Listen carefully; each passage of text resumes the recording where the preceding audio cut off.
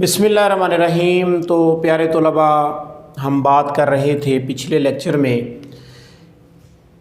کلیاتی امراض بمطابق قانون مفرد اعضاء، اور ہم نے اب تک اعصابی خلیے پہ اور عضلاتی خلیے پہ بات کر لی۔ اب ہم اس سلسلے میں بات کریں گے قشری خلیے یا قشری نسیج پہ۔ تو جیسا کہ آپ کو پتہ ہے کہ ہمارے جسم کی بناوٹ میں قشری خلیات کی ایک بڑی وافر مقدار موجود ہے یا تعداد موجود ہے۔ تو قشری خلیات جو ہیں، قشری خلیات مل کے قشری نسیج یا قشری مفرد عضو بناتے ہیں۔ ان کو ہم ایپیتھیلیل سیلز اور ایپیتھیلیل ٹیشو بھی کہتے ہیں۔ تو ایپیتھیلیل سیل یا ایپیتھیلیل ٹیشو ہمارے جسم کے اندر کام کیا کرتا ہے، اس پہ تو ہم کسی اور موقع پہ بات کریں گے، لیکن اب ہم بات کریں گے کہ مرضی طور پہ قشری خلیے میں اگر کوئی تبدیلیاں پیدا ہوتی ہیں تو ان کی صورت کیا ہوگی۔ ٹھیک ہے جی۔ تو سب سے پہلے ہم بات کریں گے تحریک کی کہ قشری خلیہ یا قشری خلیات یا قشری نسیج اپنے فعل میں، اپنے کام میں تیز ہو گئے، یعنی جو کام وہ پہلے سے کر رہا ہے اس کام کو کرنے کی رفتار میں تھوڑا سا اضافہ ہو گیا یا اس کے دورانیے میں تھوڑا سا اضافہ ہو گیا۔ تو اب اس صورت میں کیا ہوگا کہ اگر تو اس کا محرک، یعنی ہوا کیا کہ ماحول میں گرم مزاج بڑھ گیا یا انوائرمنٹ میں حرارت بڑھ گئی یا کھائی جانے والی غذا جو تھی وہ نسبتاً گرم ہو گئی، یا کوئی بھی ایسا محرک وارد ہو گیا جس کی وجہ سے قشری خلیے میں یا ایپیتھیلیل سیل میں تیزی آ گئی، تو اس تیزی کی صورت میں جو حالت پیدا ہوگی اس کو ہم کہیں گے قشری تحریک۔ قشری تحریک۔ تو اب ہوتا یہ ہے کہ اس کی دو صورتیں ہیں۔ پہلی صورت یہ ہے کہ آپ کا جو سٹیمولنٹ ہے یا محرک ہے وہ عارضی نوعیت کا ہے۔ اگر تو وہ عارضی نوعیت کا ہے تو پھر سوئے مزاج سادہ یا مشینی تحریک پیدا ہوگی۔ تو اس صورت میں پھر کیا ہوگا کہ جو علامات قشری تحریک کی پیدا ہوں گی وہ عارضی ہوں گی، جب محرک ختم ہوگا تو ختم ہو جائیں گی۔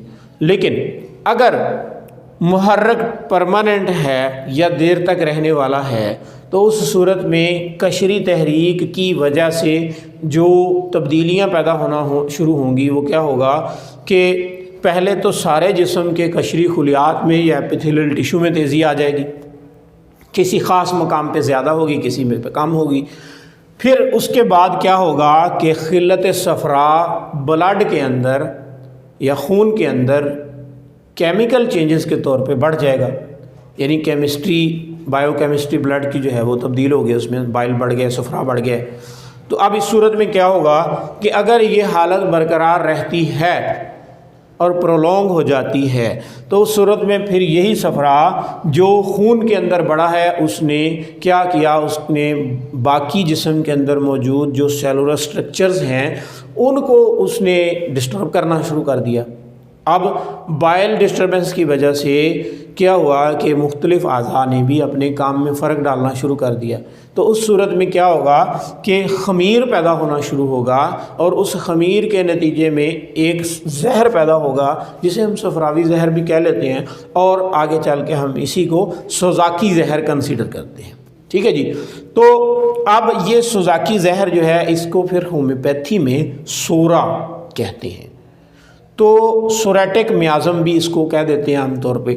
تو مطلب بات یہ ہوئی کہ قشری خلیات جب تحریک میں ہوں گے، جب تیزی میں آ جائیں گے تو اس حالت کو ہم قشری تحریک کہیں گے، اور قشری تحریک کے نتیجے میں جتنی بھی علامات پیدا ہوں گی ہم ان کو قشری علامات کنسیڈر کریں گے۔ دوسری حالت یہ ہے کہ قشری خلیات کے اندر تسکین پیدا ہو جائے۔ تو جب قشری خلیات اپنے کام میں نسبتاً کمی ظاہر کرنا شروع کر دیں، جو وہ کام طبعی حالت میں کر رہے تھے ان کے کرنے میں تھوڑی کمی آ گئی ہے، تو اس صورت میں قشری تسکین کی علامات ظاہر ہوں گی۔ قشری تسکین کی علامات میں زہر کون سا ہوگا اس کے اوپر ہم آگے چل کے بات کریں گے۔ لیکن اس کے بعد تیسرے نمبر پہ یہ ہوا کہ قشری مقام پہ حرارت نسبتاً بڑھ گئی ہے۔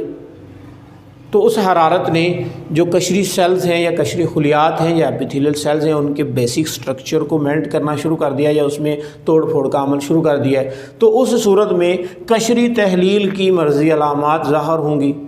اسی طرح اس صورت میں زہر کون سا ہوگا؟ تو جیسا کہ ہم نے پڑھا تھا کہ جب عضلات میں تحریک ہوتی ہے تو غدد ناقلہ میں جو ہے تخدیر یعنی اعصاب میں جب تحریک ہوتی ہے، جو کہ ہم نے پہلے نمبر پہ ڈسکس کیے ہیں، تو اس صورت میں قشری خلیات میں تحلیل آ جاتی ہے۔ تو اب ہم تحلیل قشری کی بات کر رہے ہیں، تو اس صورت میں جو زہر پیدا ہوگا وہ آتشکی زہر ہی ہوگا، جس کو ہم پہلے نمبر پہ پڑھ چکے ہیں۔ ٹھیک ہے جی، اب آ جاتے ہیں ہم قشری تخدیر کی بات کرتے ہیں کہ جناب عام طور پہ تعمیر کا عمل جاری تھا، لیکن سردی نسبتاً زیادہ بڑھ گئی تو اس کے نتیجے میں تخدیری حالت پیدا ہونا شروع ہو گئی، تو اس کو ہم کنسیڈر کریں گے قشری تخدیر کے زمرے میں۔ اب قشری تخدیر کب ہوتی ہے اور اس میں زہر کون سا ہوتا ہے؟ تو آپ کو پتہ ہوگا کہ جب عضلات میں تحریک ہوتی ہے تو اس صورت میں قشری خلیات میں یا غدد ناقلہ میں تخدیر آ جاتی ہے، جیسا کہ ہم نے پڑھا تھا۔ تو اس کا مطلب ہے کہ عضلاتی یا ریحی زہر کے بدلے میں جو کہ جس کو ہم نے بواسیری زہر اور سائیکوسس پڑھا تھا، جب وہ زہر جسم کے اندر ہوگا تو قشری خلیات میں تخدیری حالت پیدا ہونا شروع ہو جائے گی۔ تو یہ سلسلہ ہمارا مکمل ہوا، اگلے سلسلے میں دوبارہ ملتے ہیں۔ السلام علیکم۔